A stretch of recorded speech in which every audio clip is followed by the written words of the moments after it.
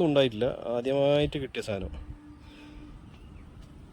വാമോനെ പണി മുടക്കാന്ന് എനിക്കറിയില്ലേ, ഈ ഉണ്ടായി ഇറങ്ങൽ പുറത്തേക്ക്. മിക്കവാറും പണിമുടക്ക് ദിനങ്ങളിൽ എല്ലാവരും തിരക്കിലാണ്.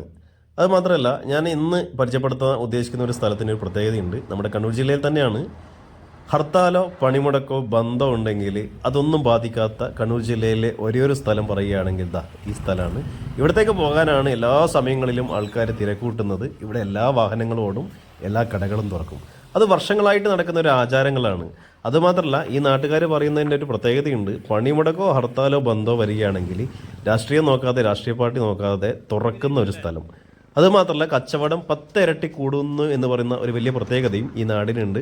നിങ്ങൾ നോക്കിയാൽ അറിയാം, നിങ്ങൾക്ക് നേരിട്ട് അറിയാവുന്ന സ്ഥലം കൂടിയായിരിക്കും ഇത്. മിക്കവാറും വളരെ സജീവതയിലുള്ള ഒരു ഫിഷ് മാർക്കറ്റ്, അതോടൊപ്പം തന്നെ പച്ചക്കറി മാർക്കറ്റ്, ലബോറട്ടറികൾ, അതോടൊപ്പം തന്നെ ആരോഗ്യരക്ഷാ കേന്ദ്രങ്ങൾ, ഈ പറഞ്ഞതുപോലെ എല്ലാ നാടുകളിൽ നിന്നും ആൾക്കാർ എവിടെയാണ് കടകൾ തുറന്നിട്ടുണ്ട് എന്ന് നോക്കാൻ വേണ്ടിയിട്ട് എത്തിക്കൊണ്ടിരിക്കുന്ന ഒരു മനോഹരമായിട്ടുള്ള കാഴ്ച കൂടി നമുക്ക് ഇതിനിടയിൽ കാണാം.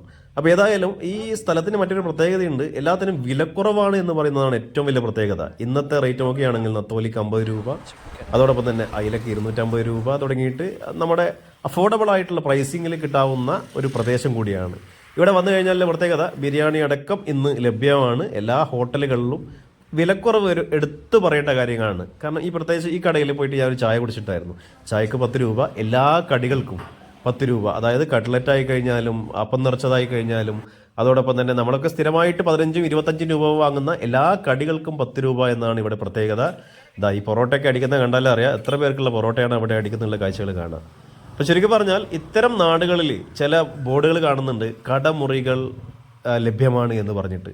അപ്പോൾ ഇവിടെ കടമുറി വാങ്ങിക്കഴിഞ്ഞാൽ എല്ലാ ദിവസവും കച്ചവടം ചെയ്യാന്നുള്ള വലിയൊരു പ്രത്യേകത കൂടി ഈ നാടിനുണ്ട്.